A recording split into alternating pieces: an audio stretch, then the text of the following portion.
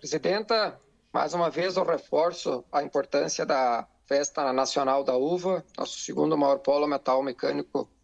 do país, e estou votando extremamente consciente em a população que acompanha o meu trabalho, né, as pessoas que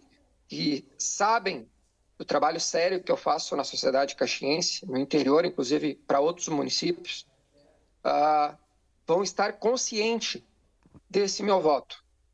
que é fazer também a diferença na vida destes agricultores que estão aí sofrendo com esses intempéries da natureza, granizo, temporal, mais de 30 milhões em prejuízos aqui no nosso município de Caxias do Sul,